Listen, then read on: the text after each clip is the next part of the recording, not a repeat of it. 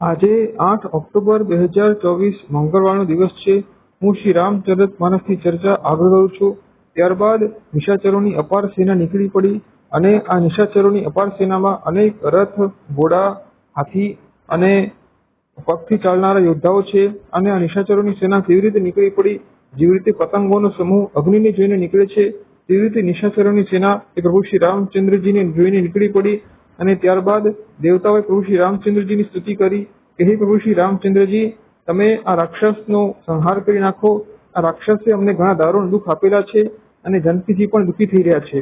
પ્રભુ શ્રી રામચંદ્રજી દેવતાઓની સ્તુતિ સાંભળીને હસ્યા. ત્યારબાદ પ્રભુ શ્રી રામચંદ્રજીએ પોતાના બાણોનો સુધાર કર્યો અને પોતાના માથામાં જટાઓનો જોડો એ કસીને બાંધી લીધો અને પુષ્પ પણ તેમાં ગૂંથાયેલા છે. અને આવી રીતે પ્રભુ શ્રી રામચંદ્રજી શોભિત છે. પ્રભુ શ્રી રામચંદ્રજીના કમળની સમાન લાલ નેત્રો છે, મેઘની સમાન તેમનું શ્યામ શરીર છે અને તેમની છાતી ઉપર પ્રભુજીના ચરણોના નિશાન છે. તેમની ભુજાઓ એ પહોળી છે. અને પ્રભુ શ્રી રામચંદ્રજી કઠોર સારંગ ધનુષ્ય ધારણ કર્યું, કમરમાં ફેંટો બાંધી લીધો અને તર્કસ કસી લીધું. અને ત્યારબાદ પ્રભુ શ્રી રામચંદ્રજીએ ધનુષ્ય ધારણ કર્યું. અને તુલસીદાસજી કહે છે કે જ્યારે પ્રભુ શ્રી રામચંદ્રજીએ સારંગ ધનુષ્યને બાણ ફેરવ્યા તે સમયે જ પૃથ્વી, પર્વત, દિશાઓના હાથી અને શેષનાગજી એ ડગમગાવા લાગ્યા. અને તેટલામાં નિશાચરોની અપાર સેના આવી પહોંચી અને નિશાચરોની અપાર સેના અને વાનરોની અપાર સેના વચ્ચે યુદ્ધ પ્રારંભ થઈ ગયું. અને આ યુદ્ધમાં તલવારો તેવી રીતે ચમકી રહી છે જાણે વીજળી ચમકતી હોય. હાથીઓ અને ઘોડાઓના ઝુંડ તેવી રીતે અવાજ કરી રહ્યા છે જાણે વર્ષા ઋતુમાં વાદળો ગર્જના કરી રહ્યા હોય. અને ધૂળ એટલી બધી ઉડી કે જાણે પાણી હોય. અને બાણોની વર્ષા એવી રીતે થઈ ગઈ જાણે વર્ષા ઋતુમાં બુંદોની વર્ષા થતી હોય. અને આવી રીતે નિશાચરો અને વાનરો વચ્ચે યુદ્ધ પ્રારંભ થઈ ગયું. અને વાનરોએ નિશાચરોનો સંહાર કરવાનો શરૂ કરી દીધો. અને પ્રભુ શ્રી રામચંદ્રજીએ ક્રોધિત થઈને પોતાના સારંગ ધનુષમાંથી બાણોની વર્ષા કરી દીધી. તેના લીધે રાક્ષસો ઘાયલ થઈ ગયા. રાક્ષસો એ પૃથ્વી પર પડી રહ્યા છે અને રાક્ષસોના શરીરમાંથી રક્ત એ વહી રહ્યું છે અને રાક્ષસોનો સંહાર થઈ રહ્યો છે. અને ઘણા બધા ધડ એ મસ્તક વગર પૃથ્વી પર દોડી રહ્યા છે અને મસ્તક એ પૃથ્વી પર પડ્યા જય જયકાર કરી રહ્યા છે. અને આ પ્રકારે રુધિરની અપવિત્ર નદી તે વહેવા લાગી, જે ડરપોકોના મનમાં ડર ઉત્પન્ન કરે છે અને વીર યોદ્ધાઓના મનમાં સુખ ઉત્પન્ન કરે છે. તેવી આ રક્તની નદી વહી રહી છે. રક્તની આ નદીના જે બે દલ છે તે આ રક્તની નદીના બે તટ છે, બે કિનારા છે. હાથી, ઘોડા તે બધા આ રક્તની નદીના જલ જંતુ છે. સાપ, બાણ એ આ નદીના સાપ સમાન છે. ધનુષ્ય એ તરંગ છે. અને આ નદીમાં જ્યારે કોઈ પણ વીર યોદ્ધા એ પૃથ્વી પર પડે છે ત્યારે તેવું લાગે છે કે જાણે આ નદીની કિનારા પર આવેલું વૃક્ષ એ પડી ગયું હોય. અને આ યોદ્ધા જ્યારે પડે છે ત્યારે તેના ઉપર પક્ષીઓ સવાર થઈ જાય છે જાણે તેઓ નૌકા વિહાર જ કરી રહ્યા હોય. અને કાગડાઓ ભુજાઓને લઈ જાય છે, તેનો આહાર તરીકે ગ્રહણ કરે છે. અને કોઈ કહે છે કે આટલી બધી બહુતાયત છે, આટલું બધું અન્ન છે તો પણ દરિદ્રતા જતી નથી. અને આવી રીતે ગીધડાઓ પણ આ યોદ્ધાઓનો આહાર તરીકે ગ્રહણ કરે છે. અને આવી રીતે યોગીનીઓ આકાશમાં નાચી રહી છે અને ભૂત અને પિશાચની સ્ત્રીઓ આકાશમાં નાચી રહી છે. યોગીનીઓ એ ખપ્પરોમાં ખૂન ભેગું કરીને જમા કરી રહી છે. અને અનેક ચામુંડાઓ આ યોદ્ધાઓની ખોપડીઓનો કરતાલ તરીકે ઉપયોગ કરીને તેમને વગાડે છે અને નાના પ્રકારના ગીતો ગાઈ રહી છે. આવી રીતે રક્તની આ અપવિત્ર ભયાનક નદી તે વહી રહી છે, જે ડરપોકોના મનમાં ડર ઉત્પન્ન કરે છે અને વીર યોદ્ધાઓના મનમાં સુખ ઉત્પન્ન કરે છે. અને પ્રભુ શ્રી રામચંદ્રજીના બળથી પરિપૂર્ણ વાનરોએ રાક્ષસોનો સંહાર કરી નાખ્યો. અને ત્યારબાદ રાવણે જોયું કે બધા રાક્ષસોનો સંહાર થઈ ચૂક્યો છે, હું એકલો જ બચ્યો છું અને વાનરો અને રીંછ ઘણા બધા છે, તેથી હવે હું અપાર માયા રચું.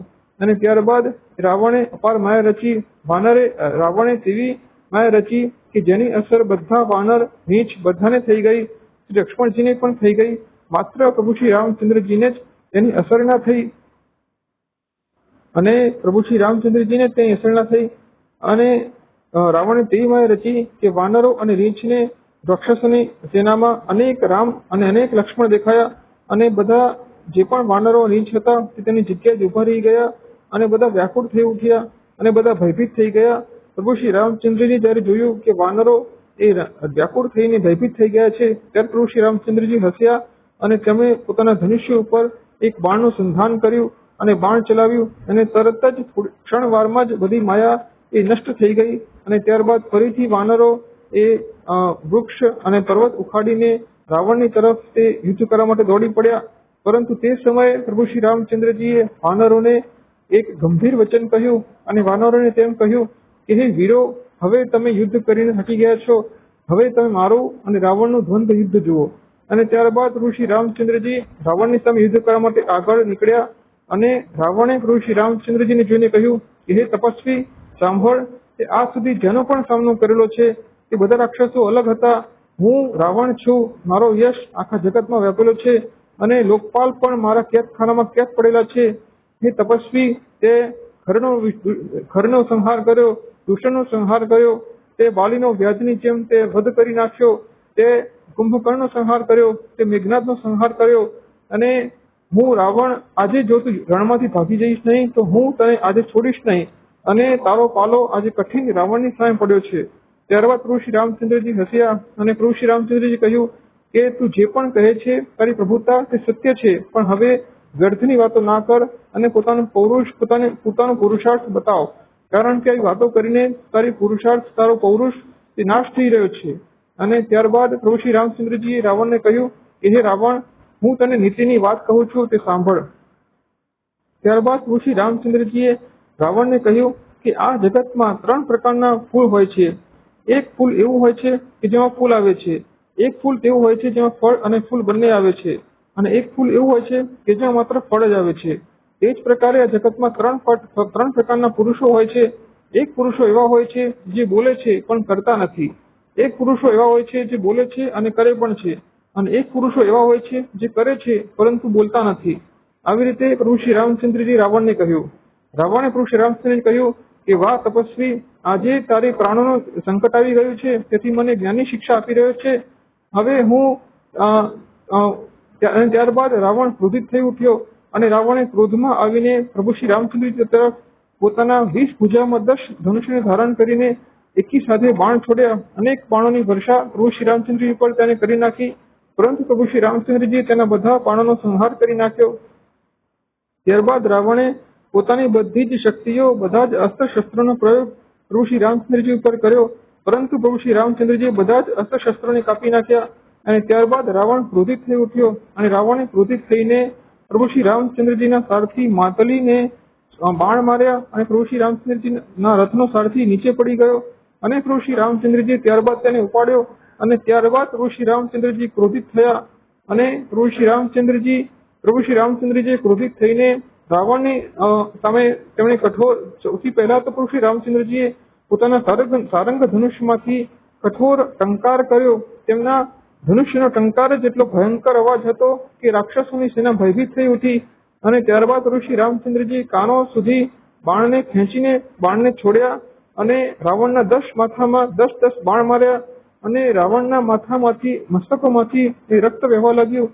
રાવણ આ રક્ત જોઈને વ્યાકુળ થઈ ઉઠ્યો અને રાવણ ક્રોધિત થઈ ઉઠ્યો. અને રાવણે ત્યારબાદ પ્રભુ શ્રી રામચંદ્રજી ના જે 4 ઘોડા હતા તેમના ઉપર ત્રિશૂળ ચલાવી દીધા, 10 ત્રિશૂળ ચલાવી દીધા અને 4 ઘોડાઓને નીચે પડી દીધા. પરંતુ પ્રભુ શ્રી રામચંદ્રજીએ ફરીથી આ ઘોડાઓને ઉપર ઉપાડ્યા અને પ્રભુ શ્રી રામચંદ્રજી ક્રોધિત થયા. પ્રભુ શ્રી રામચંદ્રજી ત્યારબાદ પોતાના કઠોર સારંગ ધનુષ્યમાંથી તેમણે 30 બાણ ચલાવ્યા અને રાવણના 10 મસ્તકો અને 20 ભુજાઓ તેનો સંહાર કરી નાખ્યો. પરંતુ જેવો મસ્તકો અને ભુજાઓનો સંહાર કર્યો તરત જ મસ્તકો અને ભુજાઓ નવા થઈ ગયા. અને ત્યારબાદ પ્રભુ શ્રી રામચંદ્રજી ફરીથી આ 30 બાણ ચલાવીને આ 10 મસ્તકો અને 20 ભુજાઓનો સંહાર કર્યો, પરંતુ ફરીથી તે મસ્તકો અને આ ભુજાઓ નવા થઈ ગયા. અને આવી રીતે અનેક વાર ભુજાઓ અને મસ્તક કાપવામાં આવી, પરંતુ દરેક વખતે આ મસ્તક અને ભુજાઓ નવા થઈ જાય છે અને સમગ્ર આકાશ એ રાવણની ભુજાઓ અને મસ્તકોથી તે ઘેરાઈ ગયું, ભરાઈ ગયું. અને પ્રભુ શ્રી રામચંદ્રજી ઘણા કૌતુકી છે, ત્યાં કૌતુક જોઈ રહ્યા છે. અને રાવણ એ પોતાની મસ્તકોની આ વાઢ જોઈને મસ્તકો જોઈને તે પોતાનું મરણ ભૂલી ગયો.